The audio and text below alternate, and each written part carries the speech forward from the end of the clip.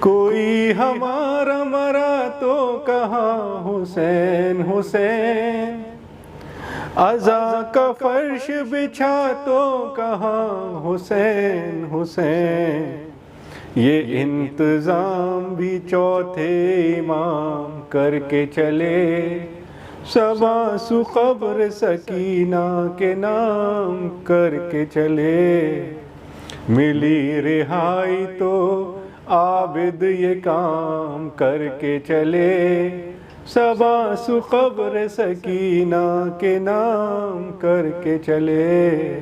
نعرہ صلوات اللہم صلی علی محمد وآل محمد وعجل فرج۔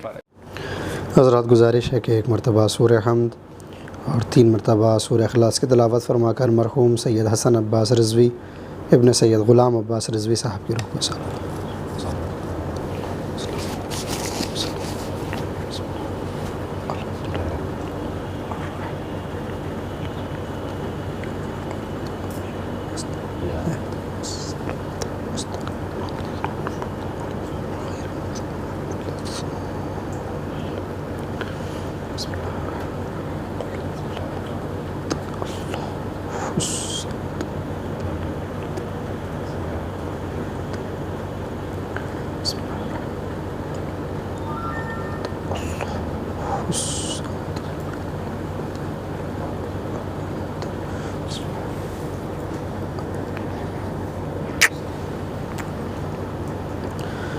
لا حول ولا قوة إلا بالله العلي العظيم۔ أعوذ بالله من الشيطان اللعين الرجيم، بسم الله الرحمن الرحيم۔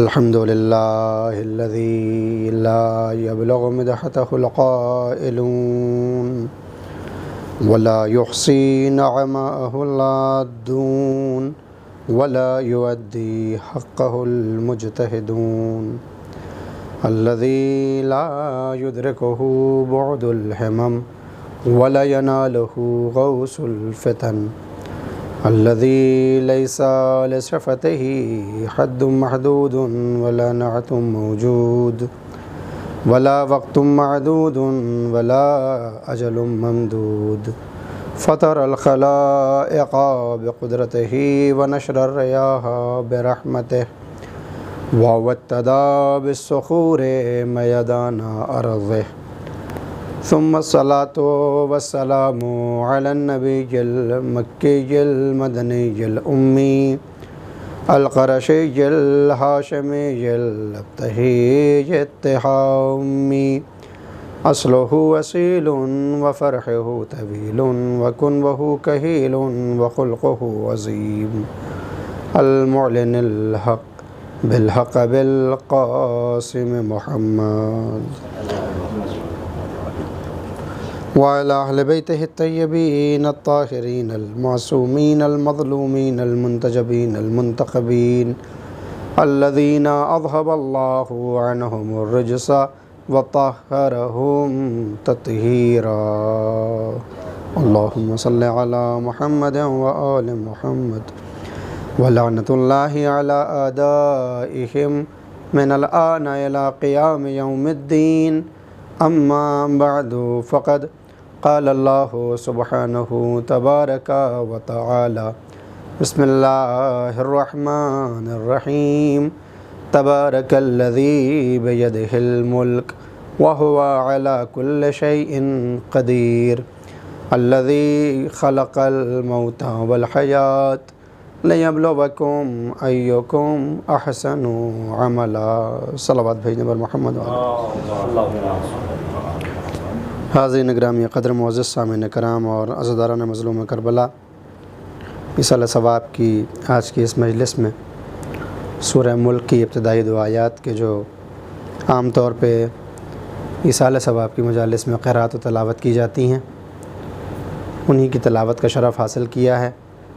ترجمہ آپ کے اذہان میں محفوظ ہے، صرف رسماً ترجمے کی طرف اشارہ کروں تو باری تعالیٰ کا پیغام یہ ہے اور حکم یہ ہے اور میسج یہ ہے کہ تبارک الذی بیدہ الملک، بابرکت ہے وہ ذات کہ جس کے ہاتھوں میں ملکیت ہے، وَهُوَ عَلَى كُلِّ شَيْءٍ قدیر، اور یہ وہی ہے کہ جو ہر شے پر قادر ہے۔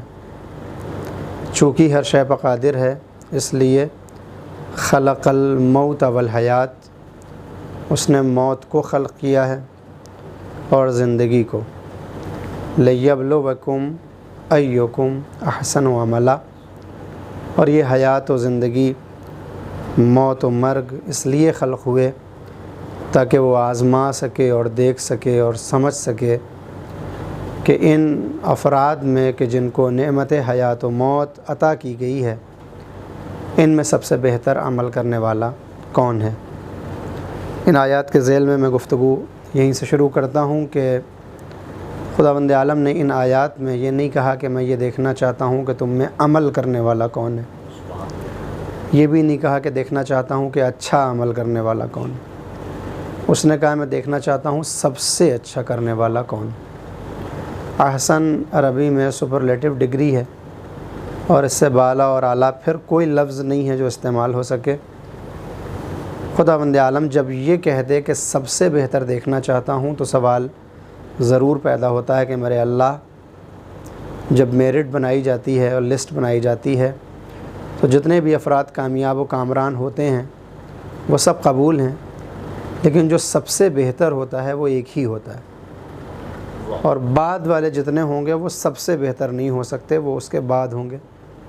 تو کہہ رہا ہے کہ میں یہ دیکھنا ہی نہیں چاہتا کہ کون عمل کرنے والا ہے، کون اچھا عمل کرنے والا ہے، میں یہ دیکھنا چاہتا ہوں کہ سب سے اچھا کرنے والا کون ہے۔ تو میرے اللہ، اس پوری کائنات میں جب سے تو نے یہ دنیا بنائی ہے اور جب تک یہ دنیا رہے گی، وہ تو ایک ہی ہوگا جو سب سے اچھا پیش کرے، اور جو سب سے اچھا پیش کر سکتا تھا وہ 13 رجب سن 30 عام الفیل کو خانہ خدا میں آیا، اور 21 رمضان سن 40 ہجری کو تیرے ہی گھر سے واپس چلا گیا، اور اس نے ایسے اعمال پیش کیے کہ تجھے یہ کہنا پڑا کہ یہ ہر عمل میں، ہر خوبی میں مولا کائنات ہے۔ لہٰذا جب وہ عمل انجام دے کے جا چکا تو پھر یہ دنیا کا قصہ آج تک کیوں جاری و ساری ہے؟ اس لیے کہ اب کوئی کچھ بھی عمل کر لے وہ سب سے بہتر نہیں کر سکتا، سب سے بہتر والا آیا اور چلا گیا۔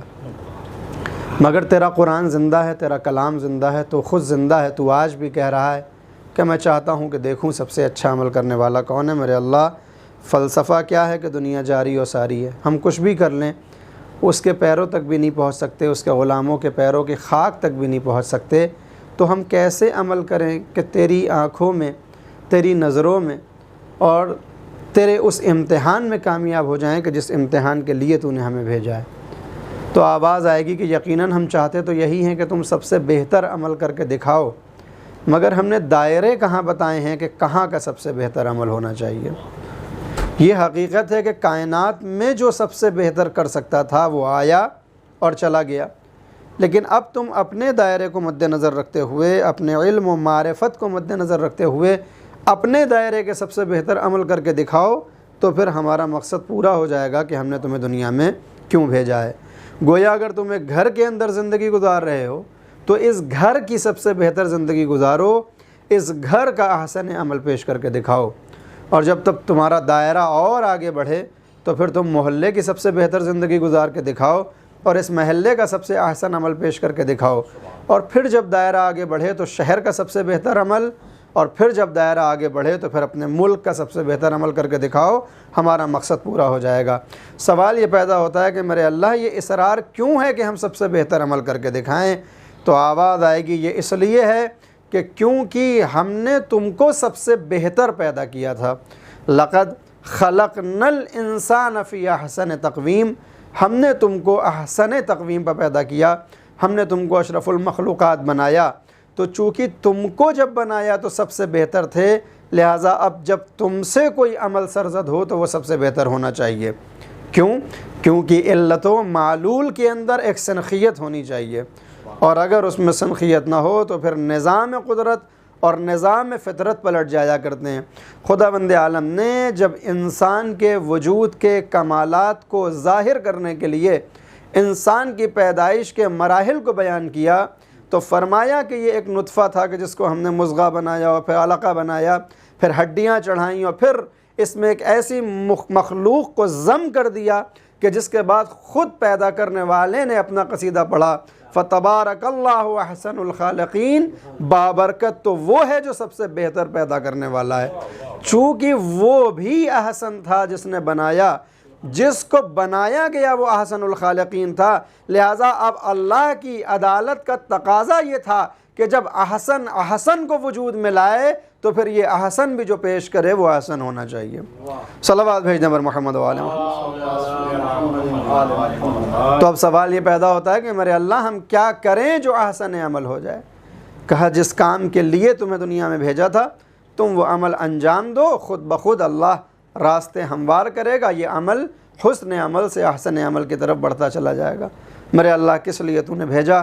سورہ زاریات آیت نمبر 56 میں اس نے کہا وما خلقت الجن والانس الا لیعبدون، ہم نے جنات و انسان کو بس اور بس اس لیے خلق کیا ہے تاکہ وہ یہ اس کی عبادت کرتے رہیں۔ میرے اللہ سوال یہ پیدا ہوتا ہے کہ تیرا اصرار کیوں ہے کہ ہم تیری عبادت کریں؟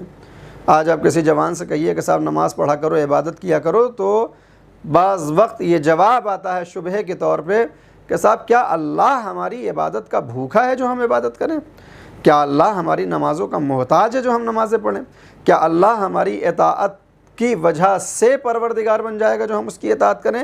لہٰذا وہ تو غنی ہے، مستغنی ہے، ہم عبادت کریں نہ کریں وہ اللہ رہے گا، ہم اطاعت کریں نہ کریں وہ پروردگار رہے گا، تو پھر ہم نماز کیوں پڑھیں، ہم عبادتیں کیوں کریں؟ جواب یہ آتا ہے کہ اگر ہم کسی ایک آیت سے پورے اسلام کو سمجھنا چاہیں گے تو خارجی ہو کر اسلام کی حدود سے باہر کر دیے جائیں گے۔ قرآن کی ایک آیت کو سمجھنے کے لیے بائے بسم اللہ سے شروع کرنا پڑے گا اور والناس کے سین تک جانا پڑے گا، کہ جس کے لیے ملتا یہ ہے کہ بائے بسم اللہ علی ہے اور سورہ ناس کا وہ سین حسین ہے، لہٰذا علی سے چل کے حسین تک پہنچیں گے تو ہمیں قرآن کے احکام بھی معلوم ہوں گے اور اس کے راز و رموز بھی سمجھ میں آئیں گے۔ اللہ نے کہا تو ضرور کہ تم عبادت کرو، مگر یہ عبادت اللہ کے لیے نہیں ہے، بلکہ سورہ بقرہ میں اس نے کہا یا ایھا الناس اعبدوا ربکم الذی خلقکم والذین من قبلکم لعلکم تتقون۔ اللہ نے فلسفہ عبادت بتایا ہے اس آیت کے اندر کہ ایک انسانوں، اور یہاں پر مسلمانوں سے خطاب نہیں کیا، یہاں پر اس نے مومنوں سے خطاب نہیں کیا، بلکہ وہ بنی نوع بشر سے کہہ رہا ہے یا ایھا الناس اعبدوا، اے انسانوں اللہ کی عبادت کیا کرو۔ کیوں؟ ربکم الذی خلقکم، کیونکہ یہ وہ اللہ ہے کہ جو تمہارا پروردگار ہے کہ جس نے تمہیں پیدا کیا، والذین من قبلکم، اور ان کا بھی پروردگار ہے کہ جو تم سے پہلے وہ خلق کر چکا ہے، یعنی تمہارے آبا و اجداد۔ چونکہ اللہ کا یہ احسان ہے کہ اس نے اشرف المخلوقات بنا کے دنیا پہ بھیجا ہے، لہٰذا تم عبادت کرو، تم کو بھی پیدا کیا تمہارے آبا و اجداد کو۔ کیوں؟ لعلکم تتقون، یہ عبادت اس لیے نہیں ہے کہ اللہ اللہ بن جائے، یہ نمازوں کا اصرار اس لیے نہیں ہے کہ معاذ اللہ نعوذ باللہ خدا نہ خواستہ اللہ کی وحدانیت میں کوئی اضافہ ہونے والا ہے، اللہ کی کوئی قدرت میں اضافہ ہونے والا ہے، ہماری نمازوں سے اللہ کو کوئی فرق پڑنے والا کا نہیں۔ لعلکم تتقون، یہ عبادتیں اس لیے کیا کرو تاکہ تم متقی اور پرہیزگار بن جاؤ۔ لہذا معلوم یہ ہوا کہ عبادت کا نتیجہ اللہ کی ذات پہ نہیں جاتا، پلٹ کے ہماری طرف آتا ہے کہ ہم متقی اور پرہیزگار بن جائیں۔ لیکن پھر یہ سوال پیدا ہوتا ہے کہ میرا اللہ کیوں چاہتا ہے کہ ہم متقی اور پرہیزگار بن جائیں؟ آواز آئی یا ایھا الذین آمنوا اتقوا اللہ لعلکم تفلحون، اے ایمان والو تم تقوی اختیار کرو، تم متقی ہو جاؤ، پرہیزگار ہو جاؤ۔ کیوں؟ لعلکم تفلحون، تاکہ تم فلاح پا جاؤ، تاکہ تم کامیاب ہو جاؤ۔ سورہ بقرہ سے جب آپ 4-5 آیتوں کو جمع کریں گے تو فلسفہ عبادت بھی سمجھ میں آتا ہے، فلسفہ اطاعت بھی سمجھ میں آتا ہے۔ اسی سورہ بقرہ میں کہتا ہے اللہ خلق لکم ما فی الارض جمیعا، ان آیات کو اگر آپ مقدمتاً اس عبادت کے لیے چن لیں تو پھر سمجھ میں آ جائے گا کہ نظام خلقت کائنات کیا ہے۔ اس نے کہا خلق لکم ما فی الارض جمیعا، میں نے زمین پر جو کچھ خلق کیا ہے وہ تمہارے لیے خلق کیا۔ سخر لکم ما فی السماوات و ما فی الارض، زمین و آسمان میں جو کچھ بنایا تمہارے اختیار میں دے دیا، یعنی پوری کائنات بنائی تم انسان کے لیے کہ جو اشرف المخلوقات ہو۔ اور تم کو کیوں بنایا؟ تم کو بنایا تاکہ تم عبادت کرو۔ عبادت کو کیوں بنایا؟ اس لیے بنایا تاکہ تم متقی و پرہیزگار بن جاؤ۔ متقی و پرہیزگار کیوں بن جائیں؟ تاکہ کامیاب ہو جائیں۔ لہذا عزیزان گرامی، جو ہمارے دنیاوی زندگی میں اور ہماری دینی زندگی میں جو ایک بہت بڑی غلطی ہوتی ہے اور ایک اشتباہ ہوا کرتا ہے، وہ یہ کہ اکثر ہم راستوں کو منزل سمجھ کے اپنی پوری زندگی ان راستوں پہ گزار دیتے ہیں کہ جن راستوں پہ چل کے ہمیں منزل تک پہنچنا تھا۔ مثال کے طور پہ آج آپ ایک جوان سے پوچھیں کہ یہ جو تم نوکری کر رہے ہو، جاب کر رہے ہو یا بزنس کر رہے ہو 12 گھنٹے 14 گھنٹے، یہ اتنا وقت کیوں گزار رہے ہو؟ تو وہ کہے گا صاحب یہ اس لیے محنت کر رہا ہوں کہ ابھی جوان ہوں، پیسہ حاصل کر لوں، مال و دولت آ جائے تاکہ اپنی زندگی آگے والی بہتر گزر سکے، اولاد کی زندگی بہتر گزر سکے۔ اور جب اس سے یہ کہا جاتا ہے کہ کچھ وقت گھر والوں کے لیے بھی نکالو، دوستوں کے لیے بھی نکالو اور اپنے قرابت داروں کے لیے بھی وقت نکالو، تو وہ کہتے ہیں کہ صاحب ابھی کمانے کا موقع ہے، کما لیں، جب فری ہوں گے تو یہ سب کریں گے۔ اور عزیزان گرامی، پوری زندگی یہ بندہ اسی جد و جہد میں اپنی زندگی کو گزار دیتا ہے، اور ایک موقع ایسا آتا ہے کہ اب وہ ریٹائر ہوا اور دکان کو اس نے بند کیا اور جاب ختم ہوئی اور وہ اپنے گھر پہ پہنچا، اور اب جب اس نے یہ چاہا کہ اب تو آرام کے دن ہے، لہٰذا کھانا لگایا گیا تو پورا دسترخوان بچھا ہوا ہے، لیکن اس کے لیے ابلے ہوئے کھانے آ رہے ہیں۔ اور جب پوچھا جائے کہ صاحب یہ کیا ہے جب پورا دسترخوان بچھا ہوا ہے؟ تو ان اللہ کی نعمات سے فیض یاب ہو، یہ الگ سے تمہارا کھانا کیوں آ رہا ہے؟ تو کہے گا کہ صاحب نہیں، کیلسٹرال بڑھا ہوا ہے، شوگر بڑھی ہوئی ہے، اگر میں ان چیزوں کو استعمال کروں گا تو بیماری کے خدشے ہیں، لہذا میرا کھانا دوسرا ہے اور آپ کا کھانا دوسرا ہے۔ لہذا معلوم یہ ہوا کہ جس کھانے کے لیے، جس آرام کے لیے پوری زندگی صرف و خرچ کر دی، اب وہ آرام غذا کے ذریعے سے نہیں مل سکتا۔ میں نے سوچا ٹھیک ہے کھانا نہیں کھا سکتا تو اب یہ آرام سے سو تو سکے گا۔ رات کے عالم میں دیکھا کہ کبھی دائیں جانب اور کبھی بائیں جانب کروٹیں بدل رہا ہے۔ یہ کروٹیں کیوں بدل رہے ہیں؟ مولانا نیند نہیں آ رہی ہے۔ کیوں نیند نہیں آ رہی ہے؟ درد ہو رہا ہے جوڑوں میں۔ پوری زندگی اتنا زیادہ اپنے کو مشغول رکھا کہ اب آرام کے بستر پہ سونا بھی چاہتے ہیں تو مہمان ڈنلپ کے گدے پہ سو رہے ہیں، مگر ان کو ڈاکٹر نے بتایا ہے کہ تمہیں صرف تخت پہ سونا ہے جس پہ ایک چادر پڑی ہوئی ہو۔ یعنی جس آرام کے لیے پوری زندگی کو صرف کر دیا وہ آرام نصیب نہیں ہو رہا ہے۔ کیوں؟ غلطی کہاں پہ ہوئی؟ غلطی وہیں پر ہو گئی تھی کہ جن راستوں پہ چل کے ہمیں منزل تک پہنچنا چاہیے تھا، پورا وقت ہم نے ان راستوں پہ خرچ کر دیا اور وقت تمام ہو گیا، منزل تک ہم نہیں پہنچ سکے۔ دینی معاملات کے اندر بھی ہماری یہی غلطی ہوتی ہے۔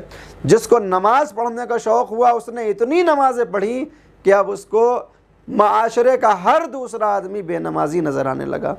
روزے رکھنے کا ایسا شوق ہوا کہ روزے کے عالم میں ماہ رمضان میں ہر ایک کے چہرے کو دیکھ رہا ہے، ہر ایک کے دہن کو دیکھ رہا ہے کہ دیکھیں اس نے روزہ رکھا یا نہیں رکھا۔ حج کے معاملات میں آیا تو حج کے فرائض انجام دینے کے بعد ایسی واقعات و داستانیں شروع کی مکے اور مدینے کی کہ اب ہر انسان یہ سوچ رہا ہے کہ حج پہ جانے کے بعد اگر ایسے ہو جاتے ہیں تو میں ایسا ہی صحیح۔ زکوٰۃ و خمس کو خرچ کرنا شروع کیا تو معاشرے میں اتنے گن گائے کہ غریب و فقیر اب منہ چرانے لگے کہ ان کے پاس گیا تو کہیں یہ زکوٰۃ و خمس کی باتیں شروع نہ کر دیں۔ تو عزیزان گرامی، جس نے نمازوں کو مقصد سمجھ کے پوری زندگی کو نمازوں پہ خرچ کیا، وہ بھول گیا کہ نمازیں راستہ تھی، منزل کوئی اور تھی۔ روزہ راستہ تھا اس لیے کہ یہ سب عبادتیں ہیں اور یہ راستے ہیں کامیابی کے۔ اگر یہ نمازیں کامیاب نہ بنا سکیں، اگر یہ روزے، حج و زکوٰۃ و خمس و جہاد کامیاب نہ بنا سکیں، تقویٰ پیدا نہ کر سکیں، تو پھر یاد رکھیں کہ ہم نے بھی وہی غلطی کی ہے کہ راستوں پہ زندگی گزاری ہے، منزل کو حاصل نہیں کیا۔ ماہ محرم و سفر آیا تو مقصد یہ تھا کہ زہرا راضی ہو جائیں، حسین راضی ہو جائیں، تاکہ ان کی رضایت کے صدقے میں خدا راضی ہو۔ مگر اب جو منزلیں تھی رضایت کی، یعنی نوحہ خانی، جو راستے تھے مرضی حضرت زہرا کے، جو راستے تھے مرضی حسین کے، جو راستے تھے مرضی پروردگار کے، نوحہ پڑھنا، مرثیہ خوانی کرنا، مجلسیں پڑھنا، تبرک تقسیم کرنا، یہ سب راستے تھے، مگر ان راستوں میں ہم ایسا گم ہو گئے کہ اب یہ بھول گئے کہ اس نوحے سے زہرا راضی ہو رہی ہیں یا زہرا کے دشمن راضی ہو رہے ہیں۔ تبرک بانٹنے پہ آئے تو پھر ایسے گن گائے کہ بھول گئے کہ یہ تبرک حسین کی یاد میں تقسیم کرنا تھا، اپنی بڑائی دکھانے کے لیے تقسیم نہیں کرنا تھا۔ نوحہ خانوں کو بلایا تو یہ بھول گئے کہ نوحہ غم کو بیاں کرنے کے لیے ہونا تھا۔ ایسا نوحہ خان لائے کہ جو کہنے لگا کہ لیبر آپ کی ہونی چاہیے، لہذا معلوم یہ ہوا کہ جو راستے تھے ان راستوں پہ چل کے جس منزل تک پہنچنا تھا ان راستوں پہ ہم نے اپنی زندگی کو گزار دیا. اور اگر کوئی یہ سوچے کہ نہیں راستوں پہ نکل کے ہم منزل تک پہنچے تو اسے یہ دیکھنا چاہیے تھا کہ ان نمازوں نے تقویٰ پیدا کیا یا نہیں کیا, اس روزے نے تقویٰ پیدا کیا یا نہیں کیا, اس حج و زکوٰۃ و خمس و جہاد نے تقویٰ پیدا کیا یا نہیں کیا, اس نوحہ خانی مرثیہ خانی مجلس نے تقویٰ پیدا کیا یا نہیں پیدا کیا.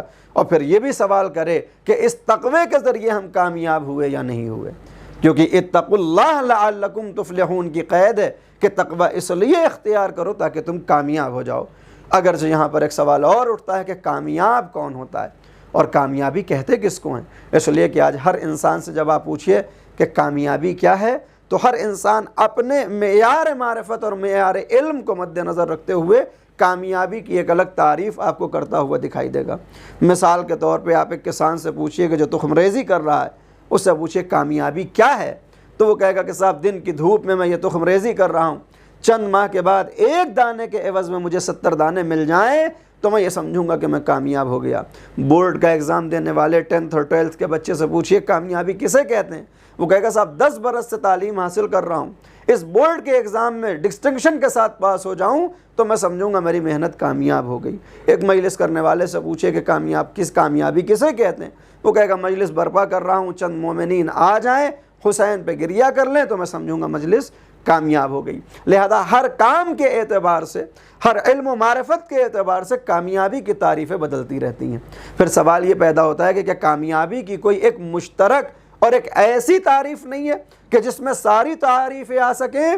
تو علماء فلاسفہ اور حکماء نے یہ بتایا کہ دیکھیے آپ کی نگاہ میں کامیابی کی جو تعریف ہے وہ رہے, مگر ایک قانون یاد رکھیں کہ اگر آپ یہ دیکھنا چاہتے ہیں کہ آپ کی زندگی کامیاب ہوئی یا نہیں تو آپ کو یہ دیکھنا پڑے گا کہ آپ کی نگاہ میں جو کامیاب تھا اس کے اندر کون سی باتیں پائی جاتی تھی. اس لیے کہ ہر انسان کی زندگی میں ایک آئیڈیل ہوتا ہے, ایک نمونہ عمل ہوتا ہے. یوں تو قرآن کریم میں سورہ احزاب میں آیت نمبر 21 میں اللہ نے پیغمبر کو کہا ہے لقد کان لکم فی رسول اللہ اسوۃ حسنہ, ہم نے پیغمبر کو تمہارے لیے نمونہ عمل بنایا ہے. لیکن آج کی دنیا میں ہم دیکھتے ہیں کسی کے لیے کوئی کرکٹر نمونہ عمل ہے, کسی کے لیے کوئی ایکٹر نمونہ عمل ہے, کسی کے لیے کوئی اور ذات نمونہ عمل ہے. لیکن ہر انسان ایک کامیاب تصویر اپنے سامنے رکھتا ہے کہ صاحب یہ کامیاب ہے, مجھے اس کے جیسا بننا ہے. لہذا علماء فلاسفہ نے اور حکماء نے یہ کہا کہ یہ دیکھیے کہ آپ کی نگاہ میں جو کامیاب ہے تو اب اپنی کامیابی کے معیار کو اس کے معیار سے پرکھیے اور یہ دیکھیے کہ جس کو آپ کامیاب سمجھ رہے تھے آپ نے اپنے کو اس کے جیسا بنایا یا نہیں بنایا. بڑی توجہ چاہتا ہوں. اگر آپ نے اپنے کو اس کامیاب جیسا بنا لیا تو پھر آپ کی زندگی کامیاب ہوگی, آپ کی حیات کامیاب ہوگی, آپ کی محنت کامیاب ہوگی. لیکن اگر آپ پوری زندگی اس کے جیسا بننے کی کوشش کرتے رہے اور نہ بن سکے تو پھر اس کا مطلب یہ ہے کہ آپ کامیاب نہیں ہوئے. یہ الف کے لیے قاعدہ ہے. بے کے لیے قاعدہ کیا ہے؟ جو پہلے سے ہی کامیاب ہے کہ وہ کامیاب ہوا یا نہیں ہوا. تو وہ بھی یہ دیکھے کہ اس نے تو اپنی زندگی کامیابی سے گزار دی, مگر کیا اپنے بعد کوئی ایسا انتظام کر کے گیا, کوئی اپنے جیسا یا اپنے سے بہتر چھوڑا یا نہیں چھوڑا. اگر وہ کامیاب انسان کوئی ایک انسان اپنے جیسا بنا جائے یا اپنے سے بہتر بنا جائے تو وہ کامیاب ہوگا. تو قانون معلوم یہ ہوا کہ الف کی کامیابی اس چیز پہ منحصر ہے کہ جو اس کی نگاہ میں کامیاب تھا اس کی زندگی اس کی زندگی سے مل رہی ہے یا نہیں. بے کے لیے یہ قانون ہوگا کہ وہ خود تو کامیاب تھا, وہ اپنے جیسا چھوڑ کے گیا نہیں یا نہیں چھوڑ کے گیا. تو عزیزو جب کامیابی کے اصول معلوم ہو جائیں اور اب کسی بھی فرقے سے تعلق رکھنے والے آپ مسلمان سے پوچھئے کہ اچھا ساری باتیں اپنی جگہ, مجھے اتنا بتا دو کہ کائنات کا سب سے کامیاب انسان کون ہے, تو ہر انسان جو لا الہ الا اللہ اور محمد رسول اللہ کا کلمہ پڑھتا ہوگا, کوئی انگلیوں کو چومے گا, کوئی انگلیوں کو آنکھوں سے لگائے گا, اور کوئی صلی اللہ علیہ کا یا رسول اللہ کہتا ہوا یہی نظر آتا ہے کہ صاحب دنیا کی سب سے کامیاب ہستی تو ہے محمد مصطفیٰ. کائنات کا جو سب سے کامیاب فرد ہے وہ ہے احمد مجتبیٰ. اس لیے اتنا کامیاب کہ جہاں بقیہ انبیاء 950 برس کی زندگی گزارنے کے بعد بھی 80 افراد کو مومن و مسلم کر پاتے ہیں, وہاں یہ 23 برس کی زندگی میں تقریباً 2-2.5 لاکھ لوگوں کو مسلمان کر کے چلا جاتا ہے. تو معلوم یہ ہوا کہ سب سے کامیاب یہ ہے. تو اگر مسلمانوں کا اس بات پہ اتفاق ہو جائے کہ سب سے کامیاب محمد مصطفیٰ ہیں تو اب ہر مسلمان کے اوپر فرض ہے کہ وہ 13 ربیع الاول سن 11 ہجری یا 29 صفر سن 11 ہجری کو آ کے دیکھے کہ وہ کامیاب ہستی اپنے بعد کون سی ہستی کو چھوڑ کے جا رہی ہے۔ اگر پیغمبر کی دنیا سے جانے کے بعد، پیغمبر کی رحلت کے بعد، پیغمبر کی وفات کے بعد، پیغمبر کی شہادت کے بعد 13 ربیع الاول سن 11 ہجری یا 29 صفر سن 11 ہجری کو پیغمبر کا وارث ایسا نظر آئے جو یہ کہے سلونی سلونی قبل ان تفقدونی، تو پھر ماننا پڑے گا کہ پیغمبر بھی کامیاب ہے اور پیغمبر نے جس کو وارث بنایا ہے وہ بھی کامیاب ہے۔ لیکن اگر پیغمبر کے منبر پہ آنے والا ایسا ہو جو یہ کہتا ہوا نظر آئے کہ اگر میں ٹیڑھا ہو جاؤں تو مجھے سیدھا کر دینا، اگر وہ یہ کہتا ہوا نظر آئے کہ مجھے 2.5 برس ہو گیا اور سورہ بقرہ یاد نہ ہوا، تو یاد رکھیں یہ مسلمانوں کے حسن انتخاب پہ انگلی نہیں اٹھاتا بلکہ پیغمبر کی کامیاب زندگی پہ انگلی اٹھاتا ہے۔ لہٰذا انسانوں کو غور کرنا چاہیے کہ بعد رحلت پیغمبر کے ورثہ کے اندر وہ تلاش کریں جو پیغمبر کے اندر تلاش کرنا ہے۔ لہٰذا اب جب پیغمبر کی حقیقی زندگی کو دیکھا تو پیغمبر نے ایک اپنے جیسا نہیں چھوڑا بلکہ قیامت تک اپنے ورثہ ایسے چھوڑ کے گیا کہ جو ہر دور کے محمد نظر آتے ہیں، بس شکلیں بدلتی رہتی ہیں، کردار نہیں بدلتا، شکلیں بدلتی رہتی ہیں، کامیابی کے اصول نہیں بدلتے۔ کبھی وہ علی مرتضیٰ کی شکل میں نظر آتا ہے، کبھی وہ حسن مجتبیٰ کی شکل میں نظر آتا ہے، کبھی وہ شہید کربلا کی شکل میں نظر آتا ہے، اور کبھی مہدی آخر الزماں کی شکل میں نظر آتا ہے۔ لہذا یہ آتے رہیں گے، دنیا جاری و ساری ہے، اور یہ اس وقت تک باقی رہیں گے وہ رسائے پیغمبر جب تک اللہ کا یہ نظام کائنات باقی ہے۔ بازیدان گرامی، اب ہم کو اور آپ کو اگر کامیاب ہونا ہے تو ہمیں بھی ان کے جیسا بننا پڑے گا۔ اور جب یہ باتیں کہی جاتی ہیں کہ ان کے جیسا بننا پڑے گا تو فوراً اعتراض بھی ہو جاتا ہے کہ ہم خاکی پیکر انسان ان کے جیسے کیسے بن سکتے ہیں؟ تو میں تو یہ کہتا ہوں کہ ان کے جیسا بننا ہو سکتا ہے مشکل ہو، مگر حدیث قدسیہ تو ہمیں کچھ اور سکھا رہی ہے کہ جہاں اللہ کہتا ہے میں تو سارے واسطوں کو ہٹائے دیتا ہوں، میں سارے واسطے ہٹائے دیتا ہوں، عبدی اطعنی حتی اجعلک مثلی، اے میرے بندے میری اطاعت کر، میں تجھے اپنی مثل بنا دوں گا۔ وہ اللہ جو قرآن میں متعدد مرتبہ کہہ رہا ہے لیس کمثلہ شیء، کوئی شے اس کی مثل نہیں ہے، وہ حدیث قدسی میں کہتا ہے اجعلک مثلی، میرے بندے میں تجھے اپنی مثل بنا دوں گا۔ میرے اللہ جب مثل نہیں ہو سکتا تو مثل کیسے ہو جائے گا؟ یہ مثل کیا ہے آوازائی نہیں، تم میری مثل تو نہیں ہو سکتے، اس لیے کہ تمہارے حدود معین ہیں، ہم لامحدود ہیں، تم مخلوق ہو اور ہم خالق ہیں، لیکن ہاں ہم تم کو اپنی مثل بنائیں گے۔ کیا بنا دے گا میرے اللہ؟ آوازائی انا حیون لا اموت، میں وہ زندہ ہوں کہ جسے موت نہیں آتی، تم میری اطاعت کرو۔ اجعلک حیا، میں تمہیں بھی ایسا زندہ کر دوں گا کہ لا تموت، پھر تمہیں موت آنے والی نہیں ہے۔ انا غنی لا افتقر، میں وہ غنی ہوں جس میں کوئی محتاجی کوئی فقیری نہیں آتی۔ اجعلک غنیا، میں تمہیں بھی غنی بنا دوں گا کہ لا تفتقر، پھر تمہارے اوپر کوئی فقیری آنے والی نہیں ہے۔ انا مہما اشاء اکون، اے میرے بندے میں جب چاہتا ہوں کوئی شے وجود میں آئے تو وہ آ جاتی ہے۔ اجعلک مہما تشاء تکون، تو میری اطاعت کر کے تو دیکھ، میری عبادت کر کے تو دیکھ، میں تجھے بھی ایسا بناؤں گا کہ پھر تو ارادہ کرے گا اور اشیاء وجود میں آئیں گی۔ میں نے کہا میرے اللہ تو نے کہا اور ہم نے مانا، اس لیے کہ جو تیرے قول پہ شک کرے وہ دائرہ اسلام سے خارج ہو جاتا ہے۔ لیکن میرے اللہ دیکھنے کا تقاضا تو خلیل الرحمن نے کر دیا تھا کہ وہ بھی دیکھنا چاہتے تھے اطمینان قلب کے لیے۔ میرے اللہ ہمیں بھی تو دکھا ایسے کچھ زندہ جو تیری طرح زندہ ہو گئے ہوں کہ موت نہ آئی ہو، جو تیری طرح غنی ہو گئے ہوں اور فقیری نہ آئی ہو۔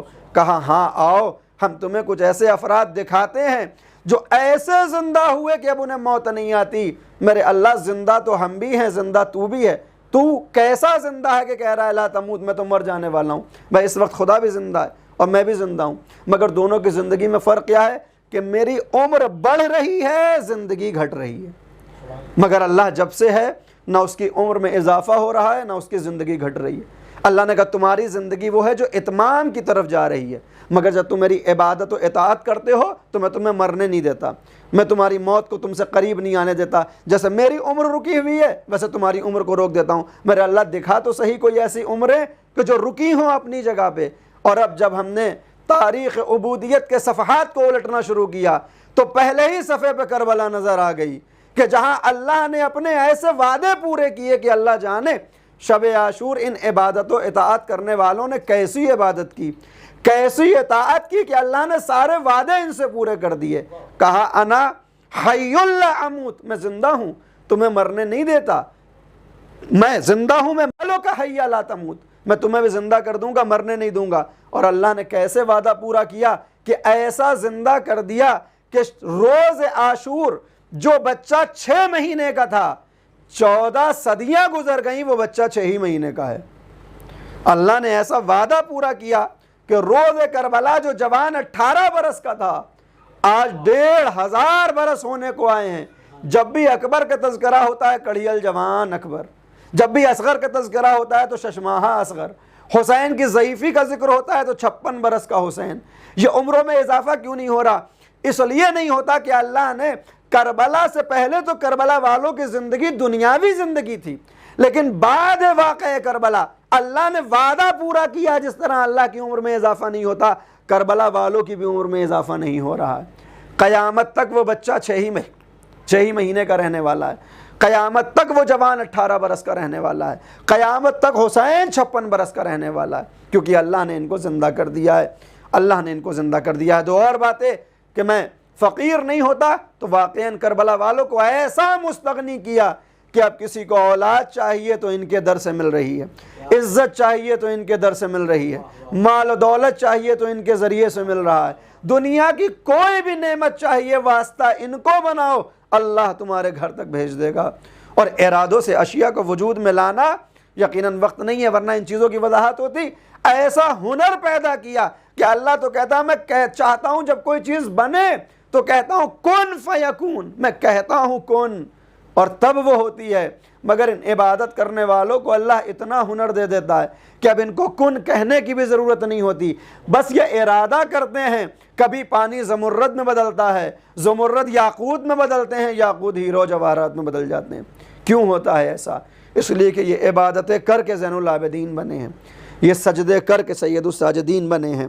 شب عاشور کربلا والوں کی وہ عبادت، کربلا والوں کی وہ اطاعت، کربلا والوں کا وہ اللہ اکبر کہنا، کربلا والوں کی وہ تسبیح و تحلیل کہ جس نے عابد بیمار کو منقلب کر دیا۔ میرے بابا کو بلاؤ، حسین مظلوم کربلا کے پاس فضا آئی ہیں، عابد بیمار نے آپ کو یاد کیا ہے۔ بوڑھا باپ جوان بیٹے سے ملاقات کو آیا ہے، عابد بیمار مجھ کو یاد کیا ہے۔ کہاں بابا یاد کیا ہے؟ کیا کہنا چاہتے ہو بابا؟ یہ جتنے بھی آپ کے چاہنے والے ہیں یہ سب کل شہید ہو جائیں گے، مجھے معلوم ہے۔ یہ آپ کے وفادار، آپ کے صحابی ہیں۔ ہاں بیٹا یہ میرے وفادار، میرے صحابی ہیں۔ جب اتنا سنا تو عابد بیمار نے ہاتھوں کو جوڑا، مولا مگر یہ جتنے بھی آپ کے چاہنے والے ہوں، جتنے بھی آپ کے وفادار ہوں، یہ جیسے بھی ہوں، کچھ بھی ہوں، مگر ہیں تو نامحرم۔ کہاں ہیں تو نامحرم؟ کہا مولا جب یہ نامحرم ہیں تو ان سے کہیے کہ یہ اپنے خیمے ہمارے خیموں سے دور لگائیں، اس لیے کہ جب یہ خیام میں تسبیح و تحلیل کی آوازیں بلند کر رہے ہیں، ان کی آوازیں ہماری ماؤں بہنوں کے خیام تک پہنچ رہی ہیں، یہ عابد بیمار کو برداشت نہیں کہ نامحرموں کی آوازیں ہمارے گھروں تک آئیں۔ اور وہ حسین کا تاریخ میں لکھا ہوا جملہ، اے بیٹا یہ ایک رات کا مہمان ہے، کل سے امامت کا آغاز ہوگا، کل سے تم امام ہوگے، پھر تم جانو اور یہ خیمے جانے اور پھپھیا جانے، ان کو آج کی رات عبادت میں خرچ کرنے دو، آج کی رات ان کو عبادت میں مشغول رہنے دو۔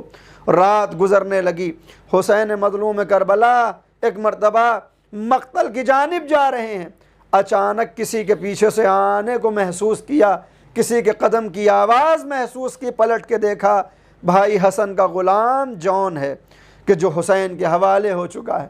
اے جون میں تنہا مقتل میں آنا چاہتا تھا، میرا تعاقب کیوں کر رہے ہو؟ مولا مجھے خدشہ محسوس ہوا، مجھے ڈر محسوس ہوا، کہیں رات کی تاریکی میں دشمن آپ کے اوپر تیر بارانی نہ کر دے، لہٰذا آپ کی حفاظت کے لیے آپ کے پیچھے پیچھے آ گیا۔ اچھا جون آ گئے ہو تو آؤ، اب میں تمہیں مقتل میں سب کی قتل گاہ دکھاتا ہوں۔ جون دیکھو یہ مقام ہے جہاں پہ کل حبیب مارا جائے گا، وہ مقام ہے جہاں سعید کا جنازہ گرے گا، یہ وہ مقام ہے جہاں میرے دوسرے اقربا و انصار شہید کیے جائیں گے.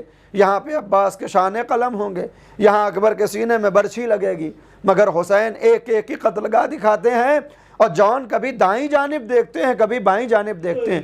حسین تڑپ گئے, جان امام وقت تم سے مخاطب ہے, تمہاری توجہ کہاں ہے؟ اے مولا, جب آپ کسی کی قتلگاہ بتاتے ہیں نا تو ادھر نشیب سے ایک بی بی کے رونے کی آواز آتی ہے. اس آواز میں اتنا کرب ہے کہ میرا دل مچل جاتا ہے. جان, ارے جانتے ہو وہ آواز کس کی ہے؟ اے مولا کس کی آواز ہے؟ کہ میری دکھیاری ماں فاطمہ, ارے جب سے میں نے مدینے کو چھوڑا میری ماں نے بقیع سے قبر کو چھوڑ دیا ہے. وہ کل نشیب میں اپنے بالوں سے میری قتلگاہ کو صاف کرے گی. عصر عاشورہ ہوگا اور شمر ذوالجوشن کا کند خنجر ہوگا, میری ماں کی آوازیں آئیں گی, اے پسر سعد, میں نے اپنے بچے کو چکی پیس کے, میرے بچے نے ایسی کون سی خطا کی ہے جس کو تو قتل کر رہا ہے. انا للہ و انا الیہ راجعون. رضم بقضائہ و تسلیما لامرہ, سیعلم الذین ظلموا ای منقلب ینقلبون. حضرات مزید گزارش ہے کہ ایک مرتبہ سورہ حمد اور 3 مرتبہ سورہ اخلاص کی تلاوت فرما کر مرحوم سید حسن عباس رضوی ابن سید غلام عباس رضوی صاحب کی روح کو اسم تو میبارد از نفس باران, نور رخت دارد جلوه بی پایان, بر دل خسته میدهد اسمت لذت عشقی مدام.